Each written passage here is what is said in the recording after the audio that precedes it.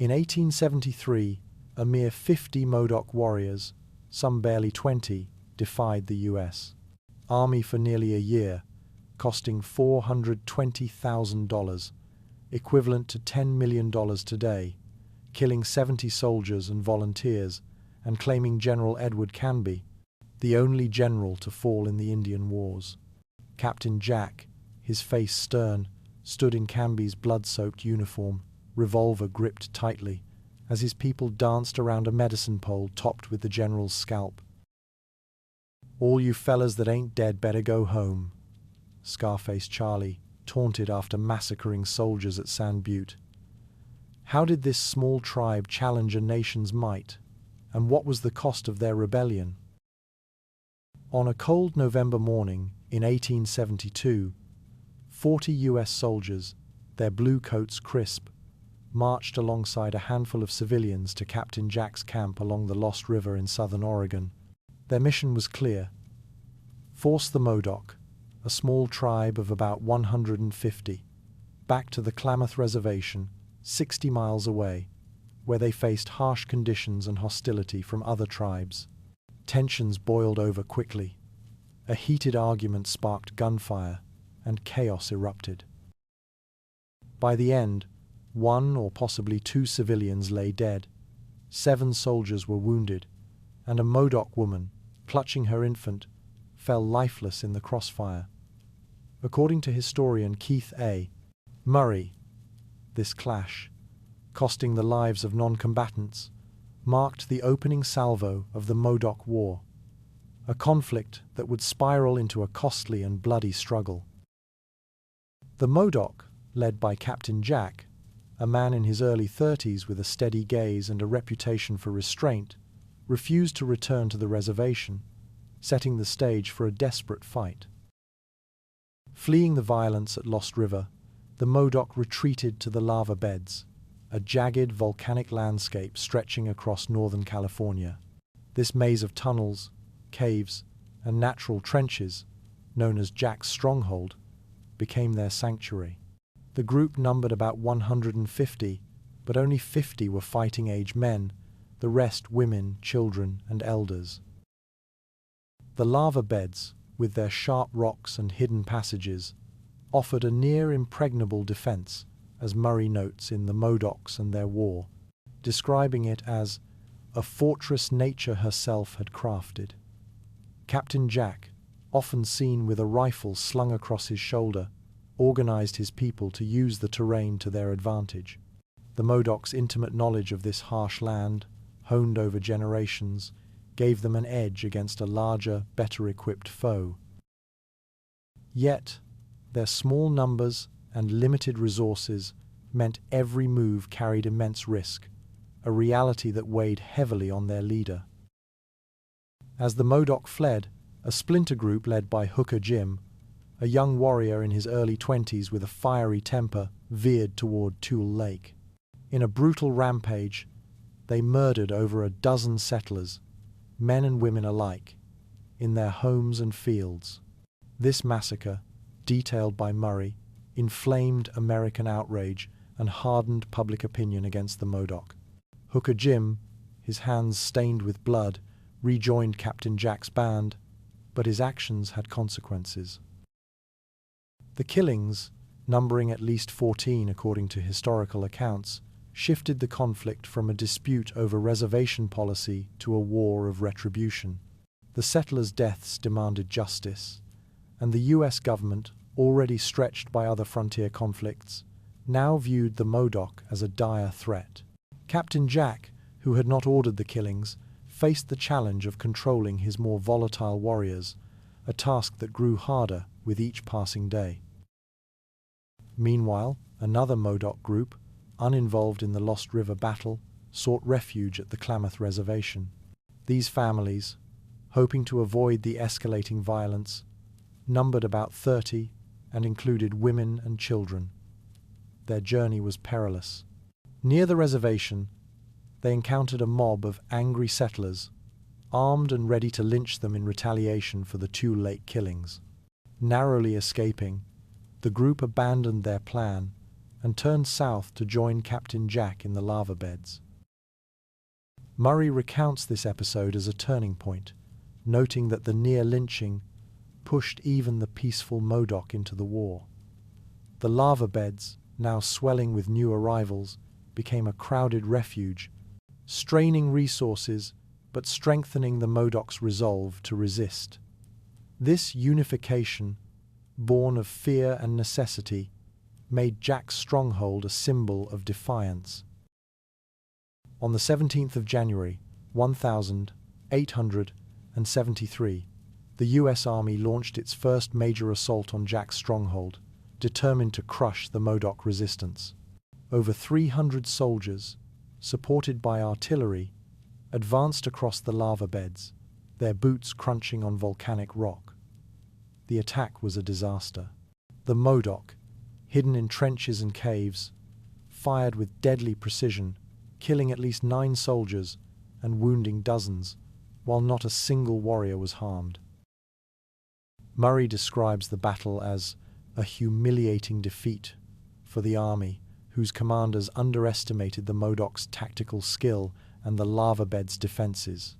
Captain Jack, directing his men from a rocky outcrop, exploited the terrain to outmaneuver the larger force. The victory, costing the army dearly, bolstered Modoc confidence and exposed the challenges of fighting a determined foe on their own ground. The failed assault led to a grueling 3-month siege as the army surrounded Jack's stronghold, cutting off supplies. Peace talks began, but they were fraught with mistrust. The U.S. government demanded unconditional surrender and punishment for the Tula Lake killers, terms the Modoc found unacceptable. Inside the stronghold, only about 50 warriors, armed with rifles and limited ammunition, held their ground alongside 100 non-combatants. Murray notes that the siege, lasting from January to April 1873, strained both sides, with the army spending $200,000 in the first 3 months alone. Captain Jack, often meeting with U.S. negotiators under a white flag, sought a way to protect his people, but the talks faltered. The Modoc's refusal to yield, despite hunger and isolation, reflected their determination to fight for their freedom. Within Jack's stronghold, divisions deepened. Captain Jack, a leader who favored peace, argued for surrender to spare his people further suffering. At 35, he was a pragmatic man, known for his calm demeanor and efforts to restrain his warriors.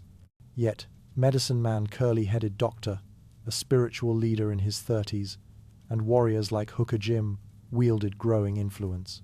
Curly-headed Doctor, draped in ritual beads, preached resistance, claiming his big medicine would protect the Modoc.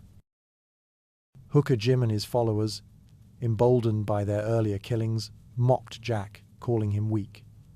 Murray writes that these hotheads bullied and shamed Jack, threatening violence if he capitulated. The internal strife, pitting Jack's caution against the militancy of others, set the stage for a tragic escalation as the Modoc's unity began to fracture under pressure. On Good Friday, the 11th of April, 1873, a peace talk turned deadly.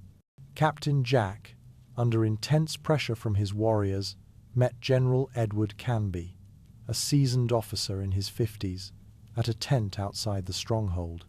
Jack, his face tense, carried a hidden revolver. Urged by Hooker Jim and others, he drew the weapon and shot Canby in the head, killing him instantly. The general's body was stripped, his scalp taken, and his blood-stained uniform claimed by Jack. Murray calls this the most shocking act of the Modoc War, noting that Canby's death, the only U.S. general killed in the Indian Wars, stunned the nation. The betrayal, costing the army its commander, marked a point of no return, ensuring a relentless military response. The violence did not end with Canby. Reverend Eleazar Thomas, a peace commissioner in his 40s, was also killed, his body scalped and stripped. Warriors Bogus and Boston Charlie, both in their 20s, divided his clothes. a grim trophy of the massacre. Thomas, unarmed and advocating for peace, represented the civilian hope for reconciliation, making his death particularly tragic. Historical records, cited by Murray, confirm the brutality of the act, with Thomas's scalp displayed as a symbol of Modoc defiance. The killings, occurring within minutes, shattered the fragile trust built during months of talks. The Modoc's actions, driven by fear of treachery, deepened the divide between them and the Americans, guaranteeing further bloodshed. Amid the chaos, Alfred Meacham, a former Indian Affairs superintendent, was shot multiple times and left for dead. Bleeding heavily, he lay in the dirt, his coat torn away. Toby Riddle, a Modoc woman in her 30s and wife of interpreter Frank Riddle, intervened, shouting at the warriors to stop. Her courage saved Meacham, who survived despite severe wounds. Frank Riddle and L.S. Dyer, another commissioner, fled the scene, their hearts pounding as bullets whizzed past.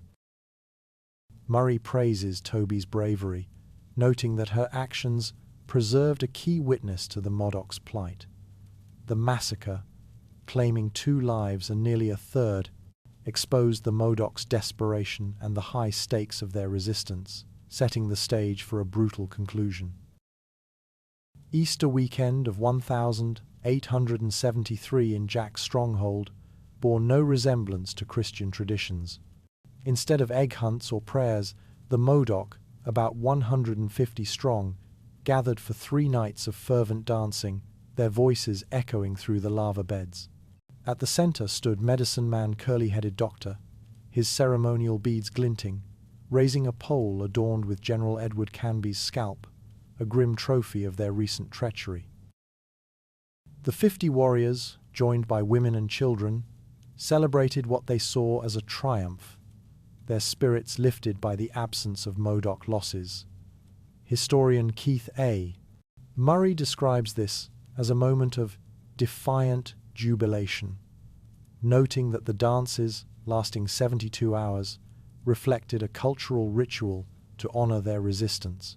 Captain Jack, now wearing Canby's blood-stained uniform, stood among them, his expression a mix of resolve and unease, aware that this act had sealed their fate. The Modoc, a small tribe of hunter-gatherers, likely misjudged the might of the U.S. military. Numbering fewer than 600 in total before the war, they were accustomed to tribal skirmishes, not prolonged campaigns against a nation of millions. Their worldview, shaped by 40 years of contact with settlers, remained rooted in a Stone Age existence, as Murray observes, lacking the context to grasp the Army's relentless machinery. Many, especially younger warriors like Hooker Jim, believed Canby's death would force the soldiers to retreat, a hope fueled by their unbroken record of survival. Curly-headed doctors' rituals, promising protection, reinforced this optimism.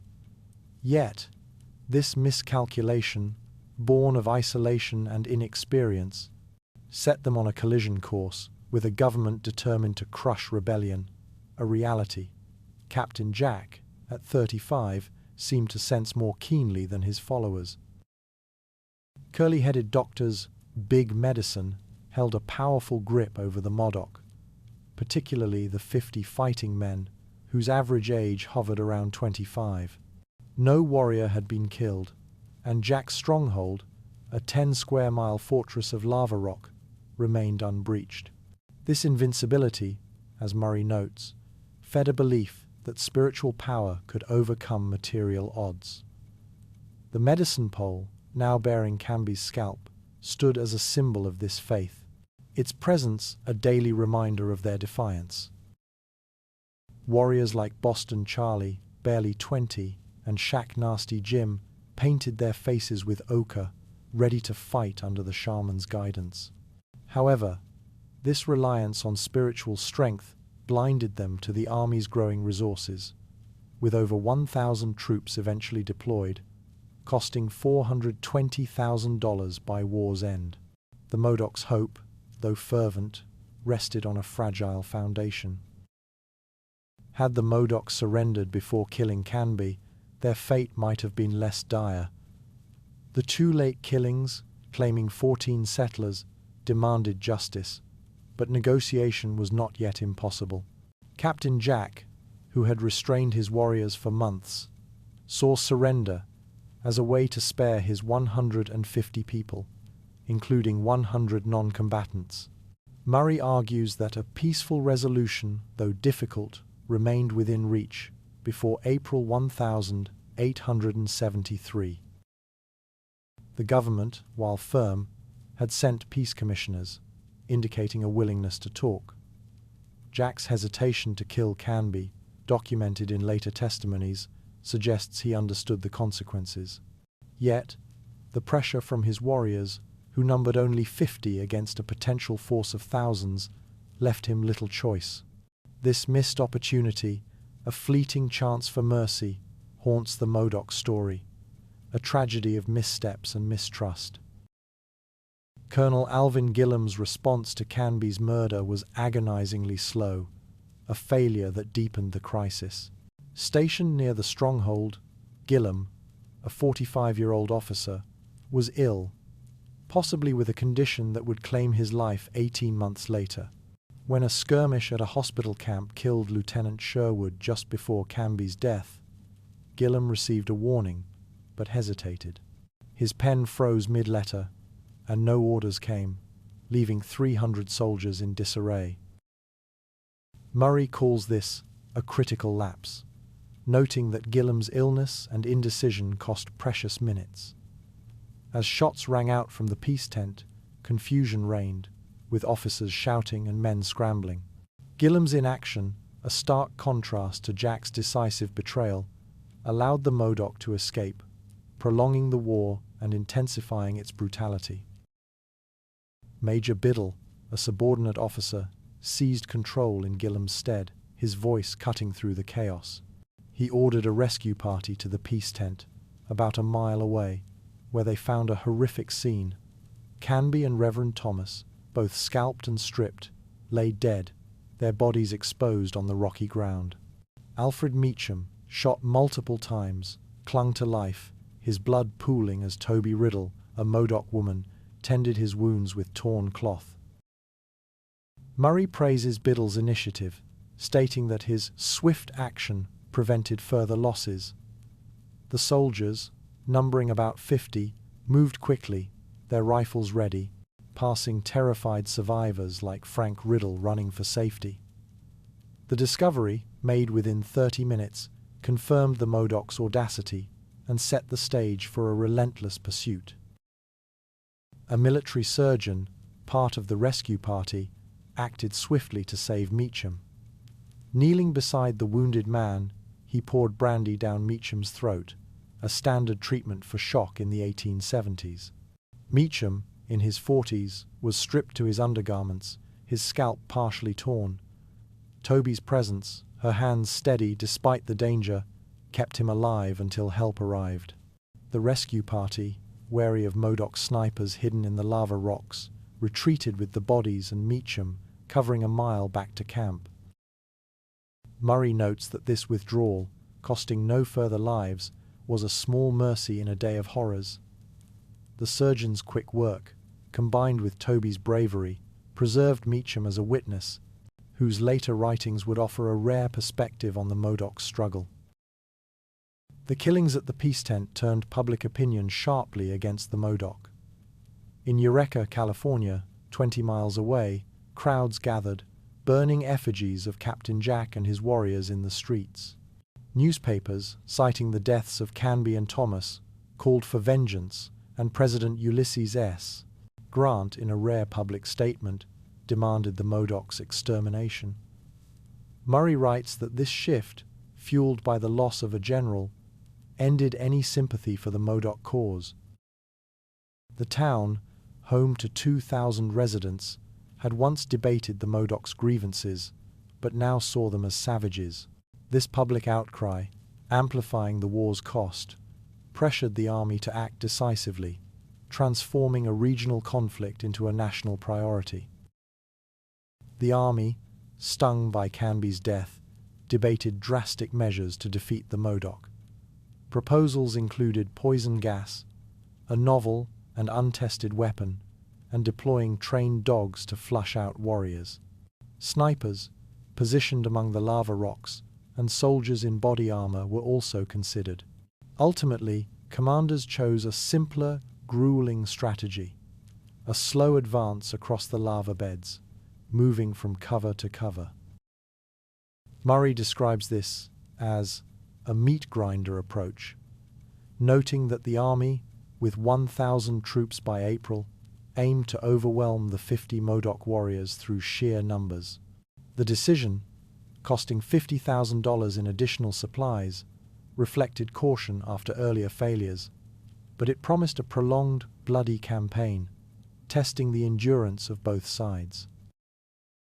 On the 15th of April, 1873, the Second Battle of Jack's Stronghold began with 400 soldiers advancing across the lava beds, their bayonets fixed. 8 Modoc warriors, hidden among rocks, stalled them, firing with precision. The army, moving just half a mile in 6 hours, lost 3 men and saw 6 wounded, a testament to the Modoc's skill. Murray calls this a masterclass in guerrilla warfare, with the Modoc, led by Captain Jack, exploiting every crevice. The soldiers, burdened by heavy packs, struggled on the jagged terrain, their progress measured in blood. This clash, costing the army dearly, showed the Modoc's resilience, but the tide was turning as the military's numbers and resources began to overwhelm the tiny band. As night fell on the 15th of April, 1873, the 400 US soldiers, exhausted from their slow advance, halted in the lava beds. They camped on jagged volcanic rocks, their bodies aching from the uneven ground. With no tents or blankets, they built crude breastworks, piling stones to shield against Modoc snipers. Artillery fire began at dawn, the cannons roaring across the desolate landscape, but the shells did little damage. The Modoc, about 150 strong, were too well entrenched, their positions hidden in caves and trenches. Historian Keith A. Murray notes that the bombardment, costing $5,000 in ammunition, was more noise than effect, as the 50 Modoc warriors led by Captain Jack remained unscathed. The soldiers, their faces grim under kepi hats, knew the battle was far from won, their sleepless night a stark reminder of the Modoc's tenacity. Inside Jack's stronghold, the Modoc's women and children, numbering around 100, sought safety in deep caves, their entrances fortified with piled rocks to block stray bullets. The army's advance, though slow, achieved a critical blow. Soldiers crossed the sacred medicine rope of curly-headed Doctor, a ritual barrier meant to repel invaders. This act, witnessed by warriors like Boston Charlie, shattered the Modoc's spiritual confidence. Murray describes it as a psychological turning point, noting that the rope, strung with charms, symbolized the shaman's power, now visibly failing. The 50 fighting men, many in their 20s, felt the sting of this loss, their morale faltering. Curly-headed Doctor, his authority waning, stood silent, his beads no longer a shield against the encroaching soldiers. The army's artillery, though ineffective, brought tragedy to the stronghold. A cannonball landed without exploding, drawing the curiosity of a Modoc, possibly a child, who attempted to remove its fuse with their teeth. The shell detonated, killing them instantly. Another round struck the council fire, scattering embers and sending the Modoc scrambling in panic. No one else was hurt, but the incidents, as Murray recounts, crushed the last remnants of curly-headed Doctor's medicine. The Modoc, already stretched thin with only 50 warriors, faced a grim reality. Their spiritual defenses were crumbling. Captain Jack, watching the chaos, saw his people's fear, a heavy burden for a leader striving to protect them against overwhelming odds. With curly-headed Doctor's influence fading, Captain Jack, at 35, reasserted control over the Modoc. His steady presence, rifle in hand, rallied the 50 warriors, who now looked to him for guidance. They launched small nighttime raids, firing from shadows, but avoided full assaults, preserving their limited numbers. The warriors, including young men like Shaq Nasty Jim, taunted the soldiers, shouting insults about their courage and lineage across the lava beds. Murray writes that these provocations, costing no lives, kept the army on edge, with the 400 soldiers unable to rest. Jack's leadership, rooted in pragmatism, aimed to delay the inevitable, but the Modoc's defiance, though fierce, could not mask their growing desperation.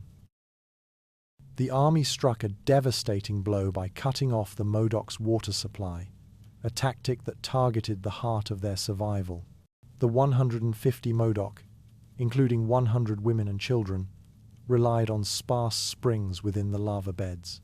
Without water, dehydration threatened, especially for the vulnerable, including a newborn baby born during the siege. Murray estimates that a single day without water could incapacitate the non-combatants, a cruel reality for the Modoc. Captain Jack, aware of the suffering, faced an agonizing choice: fight on or flee. The army's strategy, costing $10,000 in logistical support, exploited the Modoc's small numbers and limited resources, tightening the noose around their stronghold. Captain Jack made a bold decision to evacuate Jack's stronghold, a move to save his 150 people. Under cover of darkness, he left a small rear guard of 10 warriors to distract the 400 soldiers with sporadic gunfire. The bulk of the Modoc, including women carrying children, slipped through a low depression known as Scansion Flow, a lava channel hidden from view. Murray calls this escape a testament to Jack's cunning, noting that the Modoc covered a mile undetected. The group, burdened by hunger and fear, moved silently, their moccasins soft on the rock. This retreat, though a tactical success, marked the end of their hold on the stronghold, forcing them into a perilous life on the run. As the Modoc fled, Ellen's man George, a key strategist in his 30s, led a daring raid on Colonel Alvin Gillam's camp, lightly guarded with only 50 soldiers. The attack, meant to draw troops away, failed when the soldiers refused to engage. Meanwhile, Hooker Jim, ever volatile, ambushed a supply team, killing a 19-year-old teamster named Hoovy.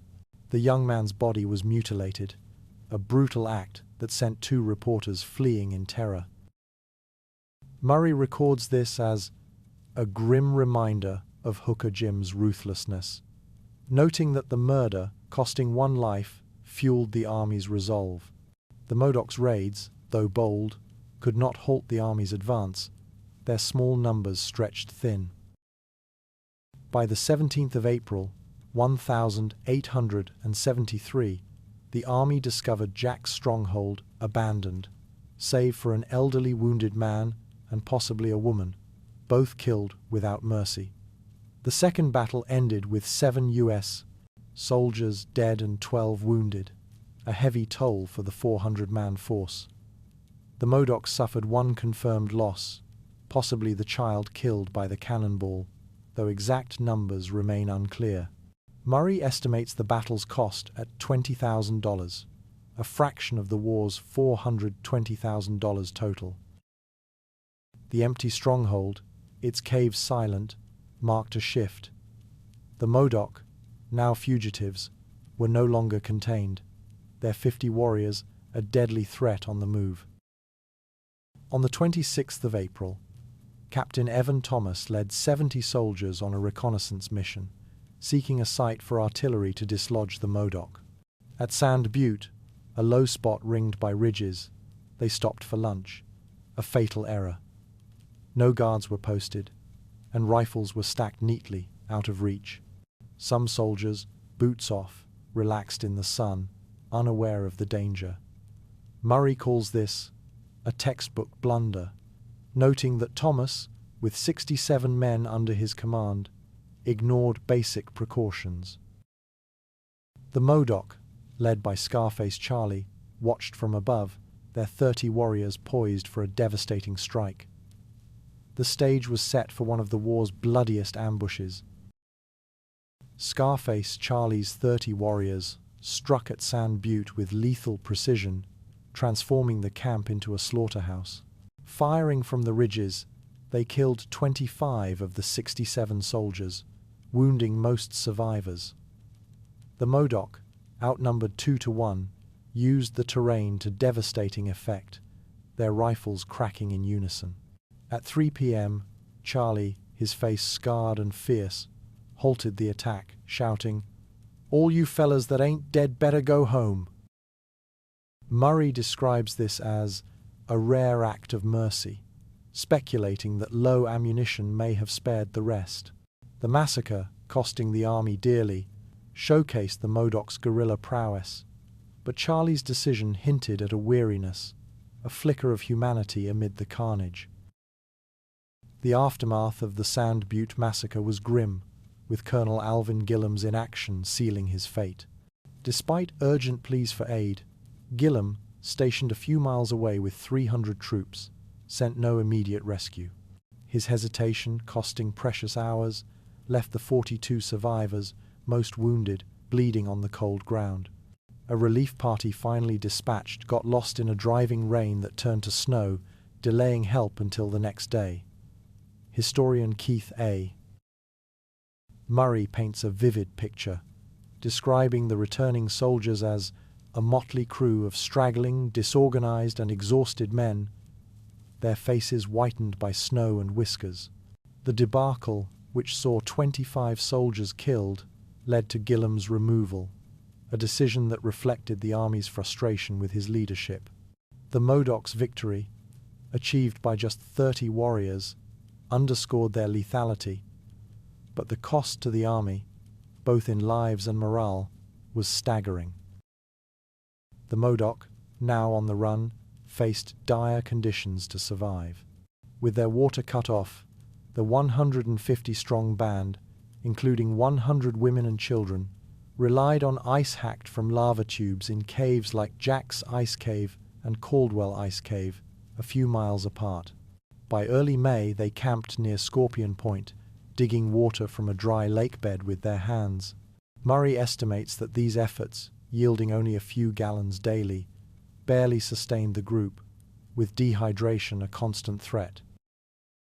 Captain Jack, his rifle slung over his shoulder, led his people from one hideout to another, their moccasins worn thin.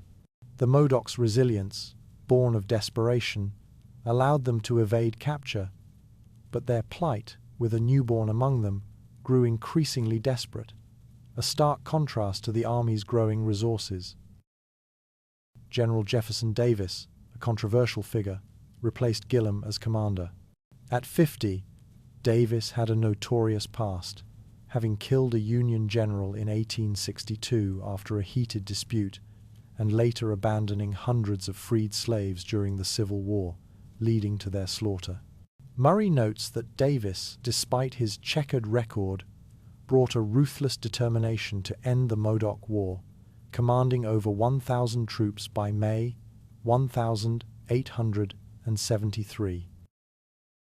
His appointment, costing the Army $50,000 in additional logistics, signaled a shift to aggressive pursuit. Davis, often seen in a crisp uniform, his saber at his side, aimed to crush the 50 Modoc warriors, whose defiance had already cost $300,000. His leadership, though effective, carried the weight of his past, casting a shadow over the campaign. In early May, the Modoc, driven by necessity, attacked 3 army supply wagons carrying barrels of whiskey, wounding 3 soldiers. The warriors, led by Captain Jack, seized the liquor and drank heavily, their brief revelry a rare moment of relief. The raid, occurring near the lava beds, prompted Captain James C. Hasbrook, commanding 100 artillerymen and cavalry, to establish a camp at a dry lake dubbed Sore-Ass Lake, a name reflecting its harsh terrain. Murray records the incident as a fleeting Modoc success, noting that the whiskey, worth $500, provided temporary morale but no strategic gain. Hasbrouck, his field glasses scanning the horizon, prepared to hunt the Modoc, whose 50 warriors remained a dangerous, elusive foe.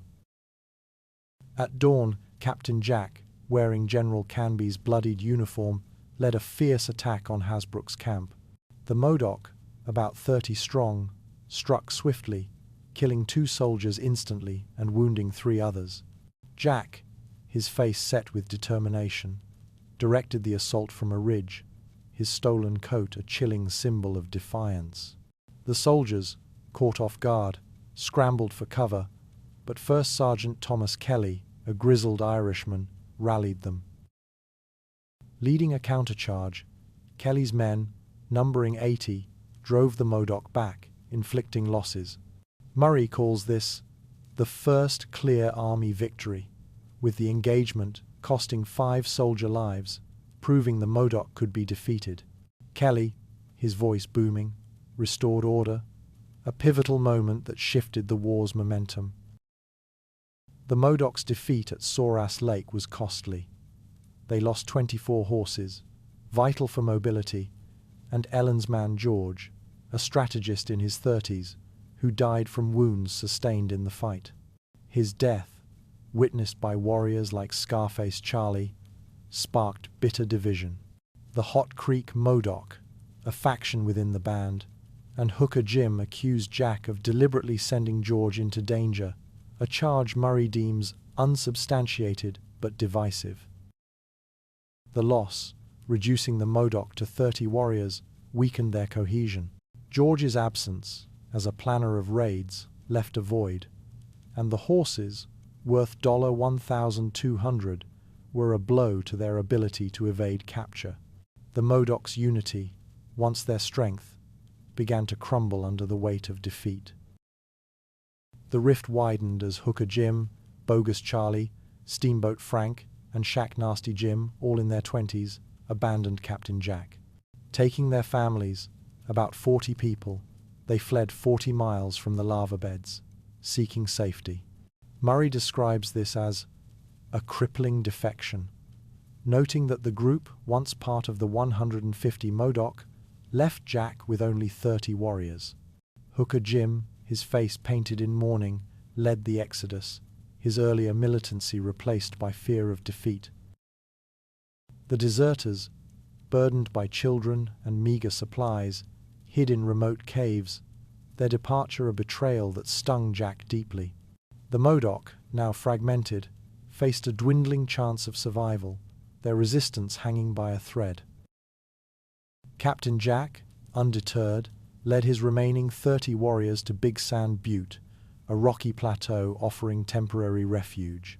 The group, about 100 with families, faced starvation and dehydration, with no water or food on the butte. As the army, now 800 strong, moved to encircle them, Jack orchestrated another escape, slipping through the cordon at night. Murray praises this as a feat of desperate ingenuity, with the Modoc covering 5 miles undetected. Jack, his rifle in hand, guided his people, their faces gaunt from hunger. The army, frustrated by the escape, intensified its pursuit, spending $15,000 on scouts and supplies. The chase, relentless and costly, pushed the Modoc closer to collapse. Captain Hasbrouck, tracking the Modoc, stumbled upon Hooker Jim's splinter group, capturing 10 women and children. The prisoners, interrogated at a military camp, revealed Jim's location. Hasbrouck sent 2 women back with an ultimatum: surrender or face destruction. Hooker Jim, after negotiations involving rancher John Fairchild, agreed to submit. He entered General Davis's tent, throwing himself at the officer's feet, his face streaked with dirt. Murray notes that Jim's surrender, involving 20 warriors and families, marked the unraveling of Modoc resistance. The captives, clad in tattered settler clothes, were promised treatment as prisoners of war, a leniency that contrasted sharply with Jack's ongoing defiance. General Davis, eager to end the war, offered amnesty to Hooker Jim, Bogus Charlie, Steamboat Frank, and Shack Nasty Jim, a controversial decision. In exchange, they were tasked with finding and capturing Captain Jack. The group, now under Army protection, set out to locate their former leader, covering 30 miles to his latest camp. Jack, enraged by their betrayal, greeted them with hostility, his rifle raised, vowing to die fighting rather than surrender. Murray calls this confrontation a bitter clash of loyalties, with Jack, at 35, facing the collapse of his cause. The defectors, their faces tense, urged Jack to yield, but his resolve, fueled by months of resistance, held firm, setting the stage for the war's final act. The Modoc's resolve began to crumble as hunger and exhaustion took their toll. Scarface Charlie, a 22-year-old warrior with a distinctive facial scar, wavered, his spirit worn by months of flight. Alongside him, other warriors, numbering about 20, grew weary of seeing their families starve, their children crying for food. Boston Charlie, a young man of 20, acted decisively, approaching the army camp with hands raised. He laid down his rifle, its barrel worn from use, and shook hands with the soldiers, a gesture of surrender that stunned his comrades. Historian Keith A. Murray notes that Boston's capitulation, involving 10 warriors, signaled the Modoc's breaking point, as the group, once 150 strong, saw its fighting force dwindle to 30. The soldiers, numbering 800, welcomed the defectors, their faces a mix of relief and suspicion as the war's end drew near. On the 4th of June, 1873, at Willow Creek, Captain Jack's resistance came to its final act. Tracked by the army, Jack, now 35, stood with his half-brother Humpy Joe, named for his hunched back, and a handful of followers, about 10 in total. Exhausted, his face gaunt and eyes hollow, Jack met with Dr. Cabanis, a military surgeon who had treated Alfred Meacham. After a tense exchange, Jack handed over his rifle, its stock scratched from months of use, and said, "My legs gave out." Murray calls this moment the end of the Modoc War, a conflict that had cost $420,000, equivalent to $10 million today. The group, including women and children, surrendered quietly, their moccasins caked with dust. The army, with 1,000 troops in the field, secured the prisoners, ending a nearly year-long struggle that had claimed 70 American lives. Not all Modoc faced capture. Miller's Charlie, a warrior in his 20s who had shot Lieutenant Sherwood before General Canby's murder, slipped through the army's net. With a handful of others, perhaps 5 in total, he evaded pursuit, living another 38 years until 1911. Murray notes that these escapees, though minor figures, represented the Modoc's enduring defiance, as the army, focused on leaders like Jack, did not chase them. Charlie's survival, undocumented in detail, hints at the resilience of a few who avoided the war's harsh reckoning. The Modoc's total population, once around 600, was now scattered, their future uncertain as the army tightened its grip on the captured. At Fort Klamath, Oregon, Captain Jack and 5 others, Boston Charlie, John Sconchin, Slowlux, Barncho, and Black Jim faced trial for war crimes. Held in July 1873, the proceedings were a stark display of military justice. The 6 men, shackled and guarded, sat in a wooden courtroom, their faces stoic. The jury, composed of 12 army officers, some of whom had fought the Modoc, offered no impartiality. Jack, unable to speak English, relied on interpreters Frank and Toby Riddle, who also testified against him. Murray labels the trial a formality, noting that the outcome, costing $2,000 to conduct, was predetermined. The defendants, ranging from 20 to 50 years old, faced charges for Canby's murder and the Tule killings, a total of 14 deaths, ensuring a verdict of guilt. The trial's unfairness was glaring. Captain Jack, his voice steady through an interpreter, blamed Hooker Jim for instigating the violence, pointing out that Jim, now free, had led the Tule massacre and pressured him to kill Canby.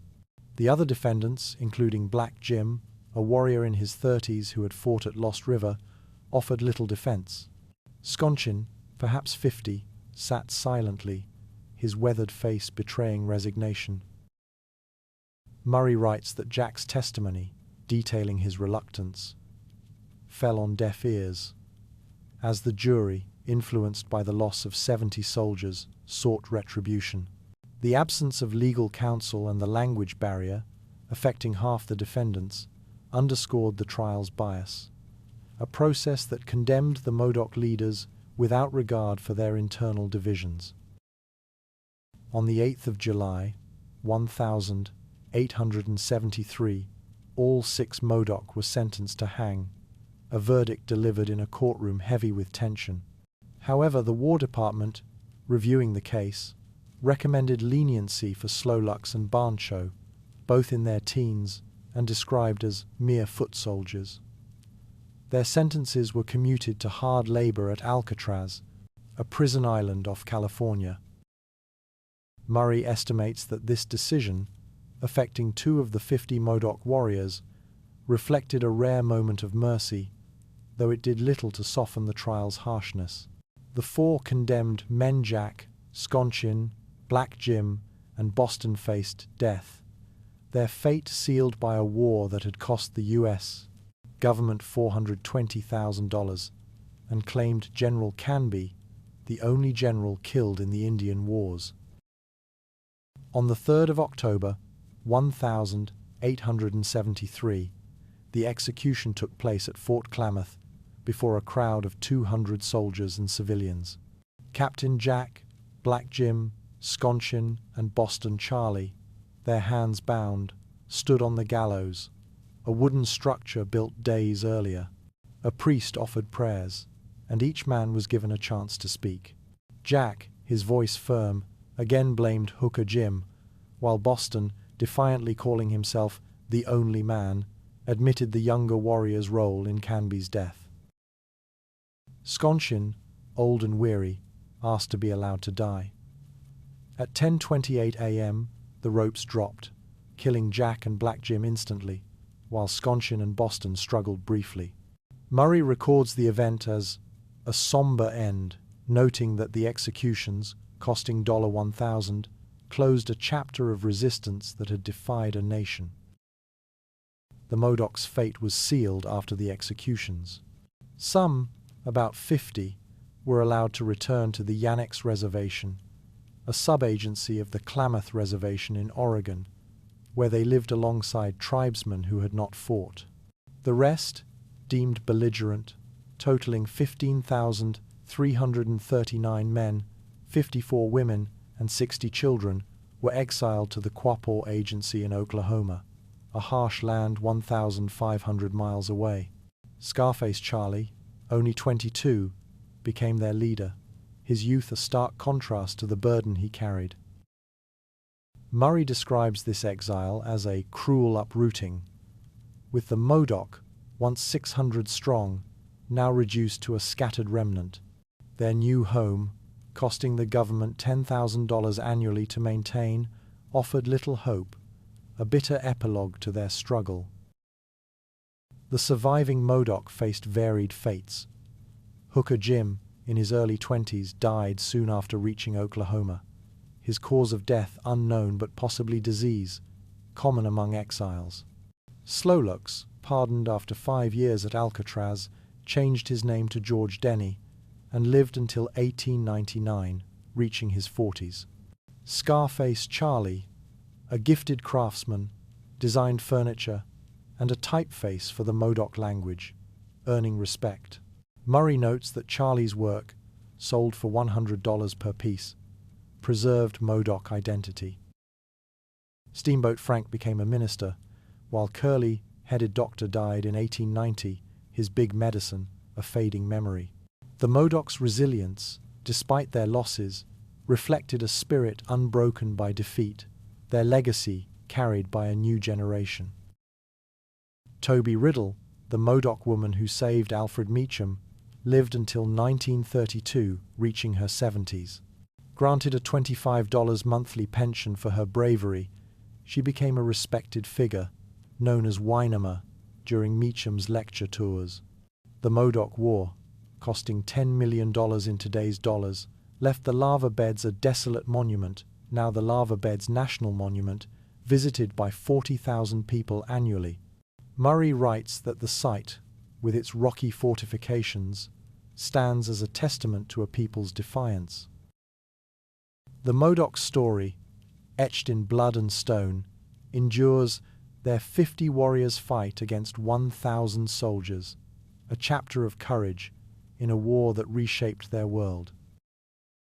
The Modoc War, a saga of resistance etched in the lava beds, ended with Captain Jack's surrender and the exile of his people. Their numbers dwindled to a mere 153 souls in Oklahoma's harsh Quapaw agency. Toby Riddle's courage, Scarface Charlie's craftsmanship, and the enduring spirit of the Modoc, now 250 strong with descendants in Oregon and Oklahoma, weave a legacy of resilience.